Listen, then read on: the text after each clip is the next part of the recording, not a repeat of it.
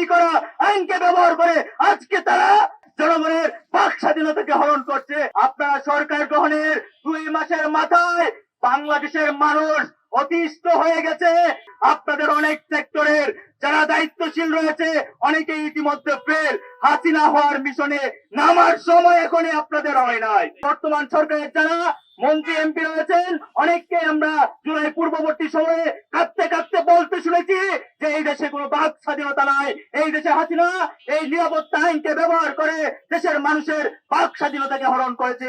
ঠিক একই সময়ে যখন বিরোধী দলীয় সরকার বিএনপি সরকার যখন বর্তমানে ক্ষমতায় বসেছে, ঠিক একই আইন খুনি হাসিনা তৈরি করা আইনকে ব্যবহার করে আজকে তারা জনগণের মতকে হরণ করছে, জনগণের বাক স্বাধীনতাকে হরণ করছে এবং নিপীড়নের শিকার হতে হচ্ছে এই দেশের মানুষকে। আমরা পরিষ্কার ভাবে বলতে চাই, দ্রুত সময়ের মধ্যে হাসান নাসিমকে আপনারা মুক্ত করে দেন। আপনাদের এদেশে অনেক কাজ রয়েছে। এখন আপনারা সরকার গ্রহণের 2 মাসের মাথায় বাংলাদেশের মানুষ অতিষ্ঠ হয়ে গেছে।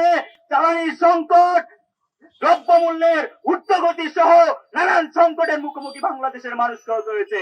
এই কাজ ছাড়াও হাসিনা হওয়ার যে মিশনে আপনারা নেমেছেন সেই মিশন ছাড়াও আপনাদের এই দেশের মানুষের জন্য অনেক কাজ রয়েছে।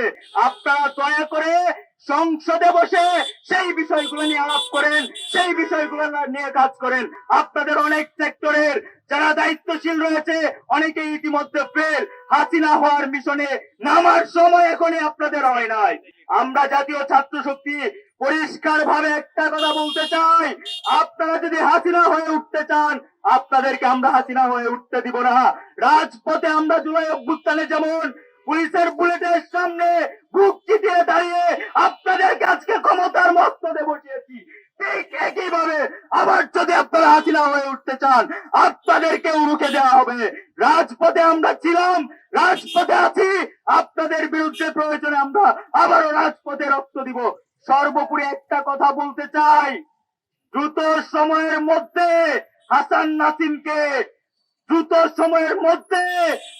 নাসিমকে আপনারা মুক্ত করে দেন এবং যার যে কাজ আছে সেগুলা করেন।